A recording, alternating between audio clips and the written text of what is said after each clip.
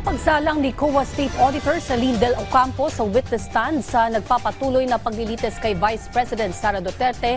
Tinukoy niya ang tatlong individual na itinuturing na may pananagutan sa Notice of Disallowance kaugnay ng confidential funds at isa na rito ang Vice Presidente.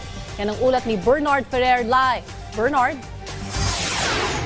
Ay sa kanyang pagharap sa witness stand, tinukoy ng State Auditor ng COA ICFAO si Vice President Sara Duterte bilang isa sa mga may pananagutan sa Notice of Disallowance na inilabas kaugnay ng paggamit ng confidential funds. Based po sa document na to, hindi po napakita dito na yung proof of success of the information gathering. Itong sinabi ni COA ICFAO State Auditor Celine Del Ocampo kaugnay ng 105 list of activities na isinumite ng Office of the Vice President o OVP mula December 13 hanggang December 31, 2022. Kasunod ito ng Notice of Suspension na nilabas sa OVP dahil sa kabiguan nito makapagsumite ng mga kinakailangang dokumento para sa liquidation ng confidential funds. Ang nasabing listahan ang ginamit din ng OVP bilang documents evidencing success of information gathering or surveillance activities bilang batayan sa pagbibigay ng rewards sa mga informant. May mga activities din po dito na from December 13, 15, 17, 18 na hindi po sakop doon sa period of utilization ng cash advance which is for December 21, 31, 2022. So you mentioned a joint circular. Meron ka bang anong pinagbasihan mo kung bakit violation ito?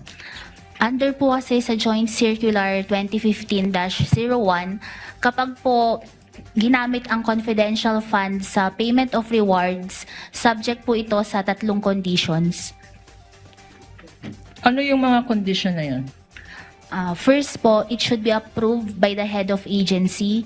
Pangalawa po, it should be supported with documents evidencing success of the information gathering and or surveillance activities on account of the information given by the informer.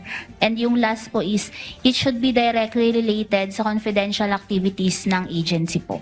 Okay, so ano dyan sa requirements ang sinasabi mo hindi sinunod ng Office of the Vice President? Ito po kasing listahan na to sinabit nila as proof of success of information gathering to support the payment of rewards. Pero based po sa documents na to, hindi po namin nakita yung particular accomplishment.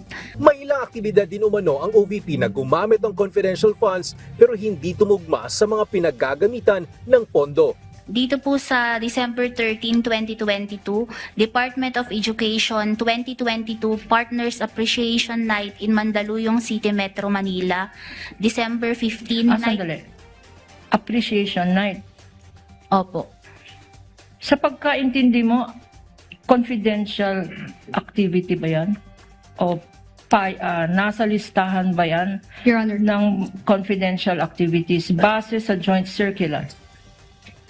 Based po dun sa enumeration kung saan gagamitin ang confidential fund, hindi po ito nakasama doon. Basahin mo pa yung iba. So hindi. Ano pa yung iba? December 15, 2022, Knights of Rizal Supreme Council, 60th year of the Institute in Baguio City, Youth Campaign on Patriotism. Meron din po Compliant ba to sa listahan? based po sa joint circular, hindi po ito nakasama dun sa mga activities po under 4.8 kung saan pwedeng gamitin ang confidential fund. Basahin mo nga lahat ng activities na yan for the record at sabihin mo kung compliant ito. Kung ito ba mga activities ay pinapayagan bilang liquidation ng confidential funds. Meron po dito December 17, 2022, Christmas activity in Happy Land, Tondo, Manila. Christmas activity and exploration meeting of Extension Office Barangay 101 in Tondo, Manila. Consultation with Barangay Chairman ng Manila in Manila. Pasasalamat and update meeting TODA in Barangay Batasan Hills, Quezon City. May mga activity po dito na pasasalamat, coordination meeting, may mga tree planting po, distribution of wheelchairs, gift giving, medical mission, at iba pong activities ng mga satellite offices po ng Office of the Vice President. Muling ipiniliwanag ni Del Ocampo kung ano ang confidential funds. Ang confidential fund po, ito po yung lump sum amount na nasa General Appropriations Act na gagamitin po for confidential activities po ng isang ahensya. At itong binasa mo, tree planting, napakadaming Christmas party, napakadaming award ceremony. Yan ba ay pinapayagan sa sinabi mong definition ng confidential funds? Hindi po. Hindi po. With the indulgence of Your counsel. Honor, please. With the indulgence of counsel. Ms. Eileen, maliban sa hindi pinapayagan o pasok sa pwedeng paggastusan ng confidential fund, yung mga binasa po ninyo, yung gastos ay ginawa rin bago na encash yung cheque. Kung based po sa document na ito, meron po kasing activities dito na from December 13 to 18 na hindi po sakop dun sa period of utilization based sa accomplishment report. Labas doon. So hindi posibleng gamitin yung perang na-release ng 21 para i-reimburse yun kung tama man yung pinagastusan. Yes po, kasi under the joint circular po, meron pong portion doon na hindi po pwedeng gamitin for reimbursement yung pondo ng So confidential. prospective. Matapos ang kanyang evaluation, gumawa si Del Ocampo ng draft notice of disallowance na agad inaprubahan ng Assistant Commissioner at Officer in Charge ng COA ICFAO. Magkano ang disallowed ng COA ICFAO? Ang disallowance po is 73,287,000. Ano naman ang basis ng disallowance na to?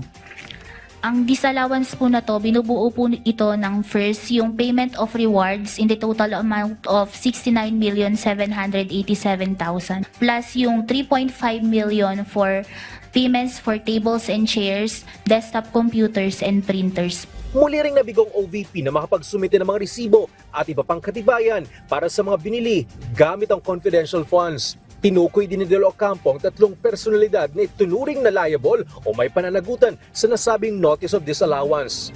Ang mga persons po na liable or responsible is first po the head of agency, Vice President Sara Duterte, the Special Disbursing Officer, si Ms. Gina Acosta, at ang Chief Accountant po na si Ms. Julieta Villa del Rey. Bakit sila accountable? Unang-una po, yung si Vice President Sara Duterte po, siya po ang nag-approve ng transaction and including the utilization of the cash advance. Saan nakalagay dyan na siya ang nag-approve? Yun pong sa accomplishment report. ICE babalik bukas ang State Auditor ng COA ICFAO para sa cross-examination at interjection. ICE? Maraming salamat, Bernard Ferrer.